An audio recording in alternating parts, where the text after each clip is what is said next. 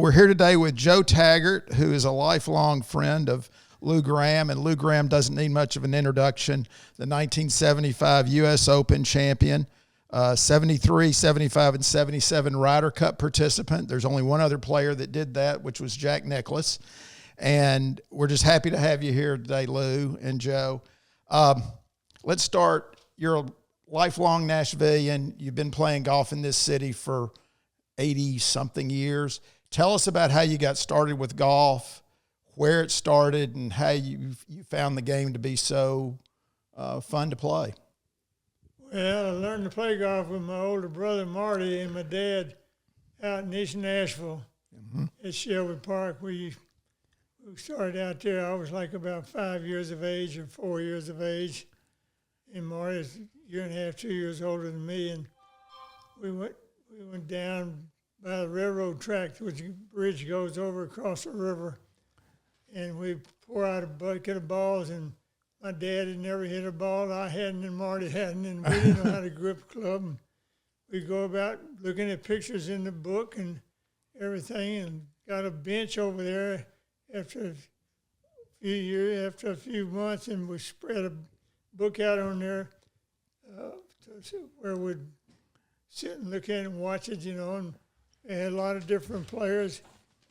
They wound up buying a book from Sam Snead book, which we had two of them, but one of them disappeared over the years. But I still have the other book, and that's what taught us how to play. Sam was a super good player and a beautiful golf swing, and we tried to do it like he did, but I don't think we got quite that close. Well, he never won a U.S. Open, Lou, and you did. Did you ever have the opportunity to play with Sam Snead? Many, many times. I traveled out of the country with Sam. We both had the same agent, and so we were buddies together and everything. I knew Sam extremely well. Well, that's great. You went to Father Ryan High School, and from there you went to Memphis State University, and you also did a stint in the military. Can you tell us a little bit about that? Yes, I had 6 more months to go in college, and which would give me 4.5 years, and I got drafted in. They told me they was going to draft me in and everything, and I sat down and I thought about it. I thought, well, I think I better talk to my dad, and I said I might be better off if I picked out where I wanted to go and I volunteered for it rather than just letting them stick me in where I want to go. And then that's just what I did, and everything. And I got drafted in the spring of 1960. And I wanted to be someplace where I could play golf or whatever, and I did. I was on the golf team, the post golf team, everything. So things turned out really good in the military for me. Yeah. Didn't you win a military championship? Yes, I won a few of them. Yeah, I won. It's been so long I can't even remember which one. I won different one. We had good players and everything, and good guys playing on the team. And then I played an inter-service championship, which we won. It plays every 2 years, and we won it three different years because I was drafted in and extended, and I was in Washington, D.C., and right outside of Washington, D.C. most of the time, but connected with the military there at Fort Myers. Very nice. Were you married while you were in the military? Got married. Yeah. Got married just before I got drafted in. I knew when I was going in, and I didn't know what was going to work out, on everything. And got a call from a banker. What? Hello, Phil. I have to call you back. I'm interviewing right now. This is good. Okay, all right, bye-bye. Oh, no doubt. Oh, that's good. Well, you're a busy guy, Lou. So tell us. One of my daughters. Oh, I only got 2 daughters. Yeah. Well, great. Well, it's nice of her to call on a Tuesday morning and check on you. Tell us how you met your wife, Patsy. Well, I was dating a girl. I was dating a girl down in Dixon, about 30 miles outside of Nashville, whatever. And she and I broke up, and I just happened to have met Patsy there in that evening and everything. And then a few days later, I ran into her at some kind of function. And we got to talking and everything, and I asked her, I went out on a date or two and everything. And then I saw I was getting ready to get drafted in the service. And so I asked her, would she marry me, and, we got married, so I wanted to make sure that when I was in the service, I could get her in at the same time. And that's how everything worked out perfect. That's a wonderful story.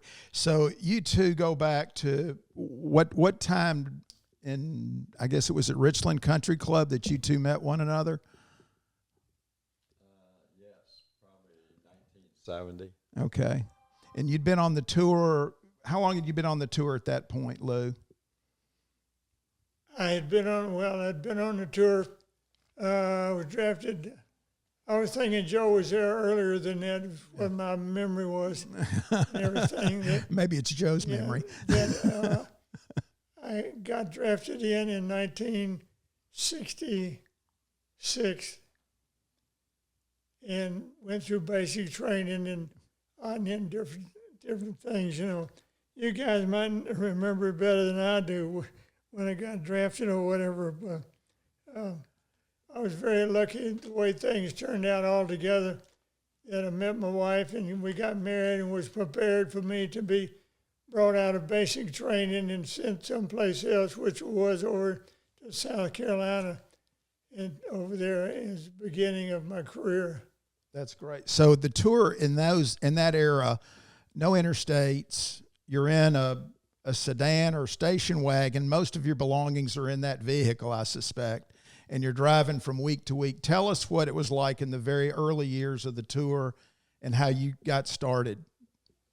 Well, I got started out actually, came out of the service and I worked as a teaching pro up in the Baltimore area, and then I got an opportunity from a good friend of mine who coached me some in golf a little bit and in basketball when I was at grammar school, named Ed Stone. He went to Father Ryan, which is where my brothers all went to and everything. So, and when I got married, Patsy and I, we left Nashville and went over to Fort Jackson, South Carolina, to begin my trace in the military service, and was over there for right at 3 years. In fact, it was right at a little over 3 years and a couple of months, and got the opportunity from Ed Stone, which we went in. He was my backer and everything. And the first tournament coming up was in Portland, in Seattle, Washington. And we drove from Nashville, Tennessee. My wife and we had 2 children by that time, and we drove out to Seattle, to Washington. Tell us a little bit about that. So you have your wife, 2 small children, no disposable diapers, and you're driving across the country with no interstate. Oh, it was. How did you do that? It was, I stopped every day someplace along the way and would go to the driving range. I'd see as I'm driving, and I'd see and I'd pick one out. We'd just pull in, and I'd get out of the car, and they'd sit in the car. I'd get out and look maybe from 50 yards away behind me. They didn't know anything about golf, and they were little bitty kids, and I just kind of went along with teaching myself and everything, and I knew everything. But we graduated that thing on up. We actually had been teaching ourselves how to play, and we had a Sam Snead book that we looked at every day, and still got it, which I still have the Sam Snead book. Nice. And had it a long time. So how do you go from traveling across the country with 2 children and your wife, 5 days to Portland, Oregon, to the superstar golfer that you ended up being, and next winning the U.S. Open and being such a force on the PGA Tour in the 70s? How does that happen? I guess I was just pretty lucky. had a brother and a father and some friends who were interested in golf and helped me learn things. And then meeting a good friend that I had known when I was in high school, and he wanted to back me to start with and everything. But I had worked as a teaching pro for 2 different cities and 2 different clubs, building up to the point that I turned to the left to go on tour. But I had dreamed of being out there for years and years, what I wanted to do, and I went out. I was ready to work as hard as I could, which is I did. Well, one of your friends, Greg Powers, I was asking him about you, and he said, I've never seen Lou Gramm play as hard for $2 as he would for a U.S. Open victory. So that work ethic certainly has paid off. So Joe, Lou's playing at Richland. I hear he's the real fabric of the membership. Everybody's, enjoying his company and being out there. And he gets to be in a playoff for the U.S. Open. Can you take us back? I mean, and that was 50 years ago, by the way. Can you take us back and tell us what the feeling was around the club, all the camaraderie, and how everybody was supporting Lou Gramm then?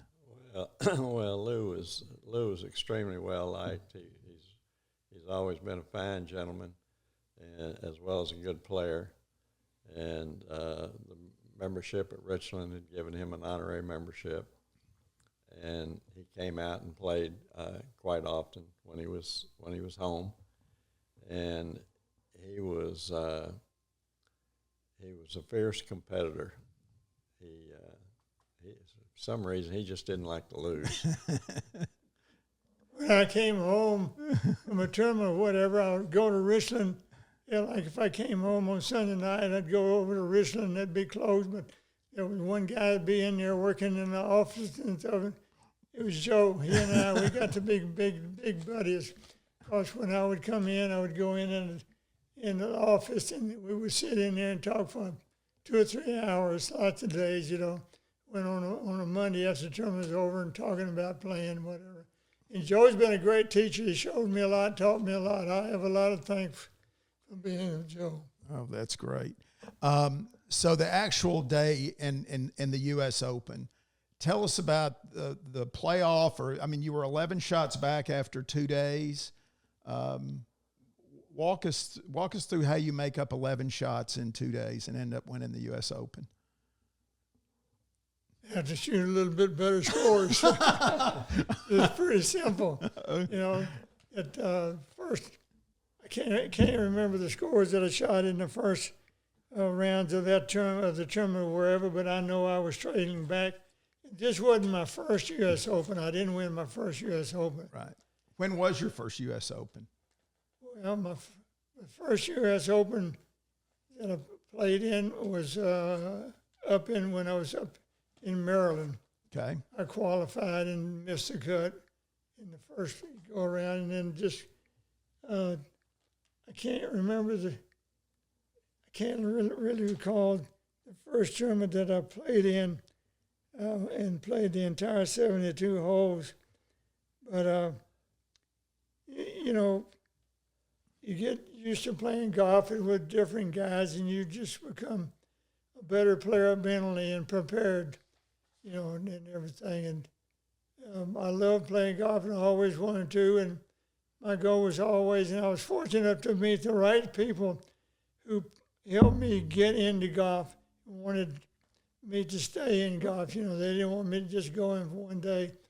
And it became a real dream come true for me from the time I was using a Sam Snead book at 5 years of age, picking out how I wanted to swing the club, and my dad and brother both approved something or whatever. I would say this: when they call you Sweet Swinging Lou, you weren't too far from Sam Snead. So again, let's go back to the U.S. Open. That particular playoff. Was there? There's a story in it from Joe and Willie Gibbons and some of the other people that came up from Nashville, that you were sitting at breakfast the morning of the playoff, and they said, you seem pretty calm, and you're sitting with a priest, John Dinkins. How did you meet him, and tell us what impact he had on your life? His name was Father John Durkin. Durkins, sorry. Durkin. And I met him. I met him in one of the tournaments. I don't remember now. I got paired with him in the Bing Crosby. You get an amateur partner, and I was supposed to be playing with somebody, and Father John Durkin was an alternate there, and the guy, my partner, he was sick or whatever, couldn't play, and they got together because they knew I was a Catholic, and Father Durkin, of course, is a Catholic priest. And they paired us up together, and we got to be big buddies. And we didn't win the first year we played together, but we played really well. And I think it's the second year or something that we paired together, whatever, that we got playing. And he dreamed and loved to play of golf, and he went along with everything I did. We just had a great friendship. And it was great to have a guy like him along with you because he played it out hard on every hole. That's nice. So was he there the whole week, or did he just come for the playoff? And obviously no, he was with me the whole week. Okay. And you've kept up with him. Is he still with us? No, Father Durkin, he died about it's been about, I'm going to say 7 or 8 years ago, something like that now, right. pretty good a while ago.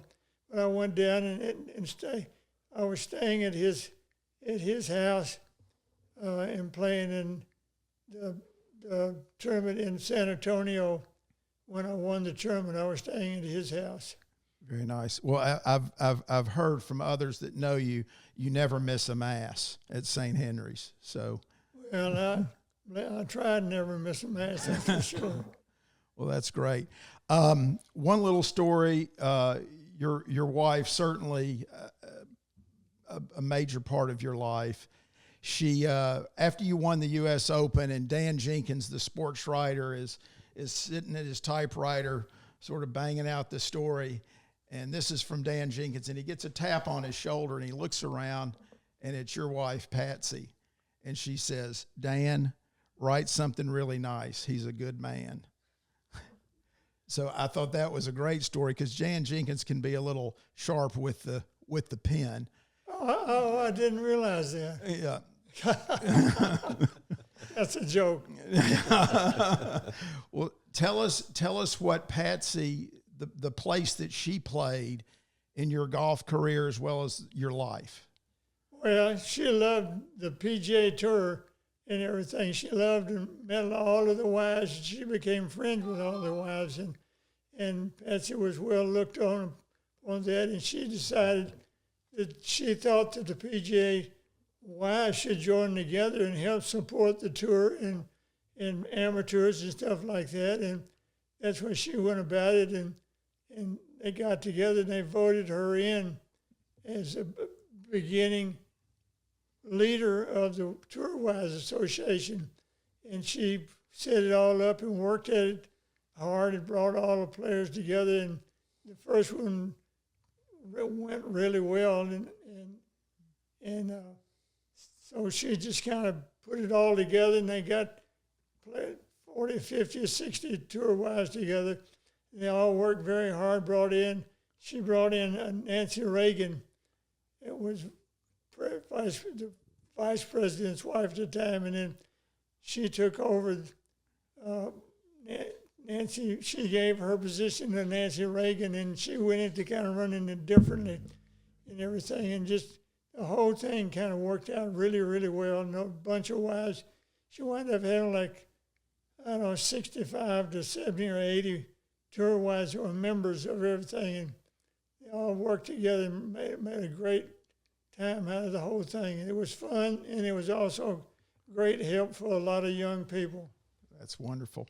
Was Patsy a golfer? She learned. I don't know whether she ever became a golfer or not, but she went out and she played some, but she was never very good at it. But she loved being out there on the tour and everything. She wasn't out there just for the fun of it. She was good. She was out there to make life better for other people and everything, and she worked very hard at doing that. So tell us, everybody always says the U.S. Open winning a great championship changes your life. Did the U.S. Open championship really change your life? Well, it has to change your position in life, getting around it, and everything, because as Patsy was busy starting the tour wise up, and then I got involved in it a bit, and I would travel to different things. We would work with each other together for a common goal and everything. And a lot of people got together and thought the thing was good, and everything developed from there. But you got to love the game of golf and love being around with a lot of people and helping people out that you didn't even know, and there were a lot of them, people that came to us and contacted us. Yeah.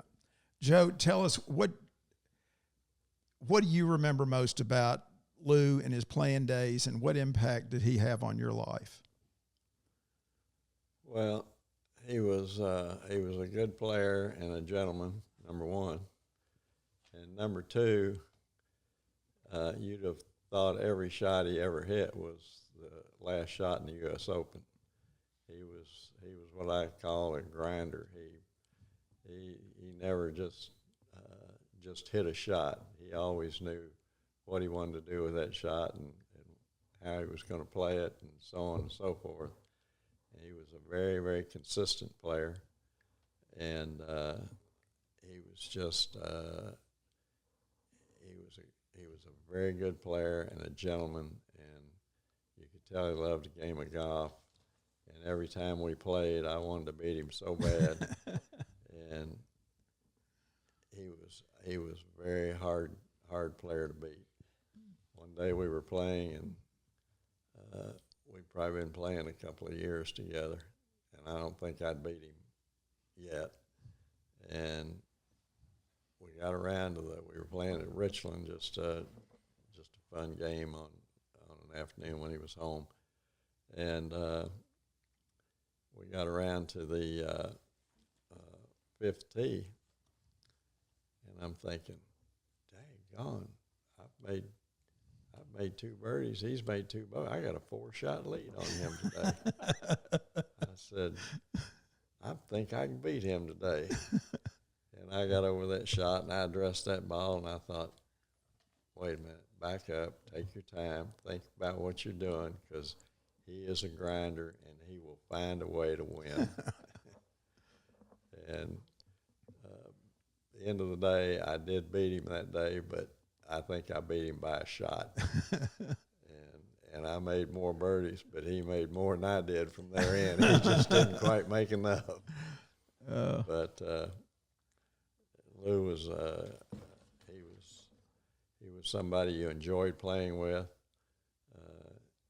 He paid attention to whom he was playing with. He didn't just go out and he wasn't just playing with three guys and in his own little world. He would talk to you and answer questions from the amateurs that might be with him, and so on and so forth. He was about as good as they get. Very nice. Lou, is there anything else that I want to mention a few names here. Sure. When I went on tour, I didn't know anybody out there and everything. Well, I knew Mason Rudolph, and another great Tennessean. And I I wanted to be one of the top players, so I kind of thought, if you're going to be one of the top players, you need to act like one and maybe be friends with them. So I picked out at that time. I remember this was in my second year. I hadn't met many of these guys. And I can read you some of the names here right now and tell you that I became very good friends with Jack Nicklaus, who was a pretty decent player. And he hadn't gained his height as far as he was going. He just kept going and going. And then Gary Player became a quick friend of mine. I got paired with him 2 or 3 times. And the first time I got paired with him, we were paired with another guy named Arnold. It happened to be Arnold Palmer, and I remember that I came in from playing, and we played in the Los Angeles Open. Arnold was leading the tournament, and Gary was in second place, and I was in third place. And we were playing on Sunday. It was foursomes, threesomes rather, and we came in from playing. It came a point. I started off 5 shots off the lead behind Arnold, and Gary was 2 shots off the lead. And by the time I got around to the 16th hole, I was 2 shots off the lead, and Gary had dropped off Herman Arnold in there. But Arnold finished his day birdie, so I wound up back about a similar thing. But I wound up in second place, and I walked off, shook hands with everybody, and I walked off. I went into the locker room, and I hadn't been in there more than about 30 seconds. And here comes Gary Player walking in behind me, and he comes over and he said, I just told Jack over there that he better get prepared because you're going to be after him for a long time to come. And I said, Gary, you were in there going right along too with me. You know, you had a few bad breaks. And he said, yeah, but strange, you didn't have the bad breaks. I had them. He said, you played hard and you did really good. And it turned out that Billy Casper, I met and played with him in a week. We became very close friends. He had the same agent as it turned out I did, and everything. And Tom Wascoff became a good buddy of mine. And we played together. Tom and I played together, and we won one of the major tournaments. We were as partners or whatever. I forget now what it was. And Charlie Cootie, who won the Masters, and Arnold and Tommy Aaron, who won the Masters, they all became good friends. If you're going to play with guys and play in there, that you need to try to get yourself in there with the top players because it gives you a different mindset being a top player and thinking top rather than being struggling all the time at the bottom because there's a lot of room at the bottom. And it was about another week that I was on a putting green up in New York, and Jack and I wound up being the only 2 guys left on the putting green. He came over, started talking to me, and we started talking about different courses and different things and everything. And I knew all of his kids, and by that time, my wife, Patsy, had become good friends with Jack's wife and everything. So friends kind of developed together, you know, and everything. But I made a lot of good friends. I was lucky out there.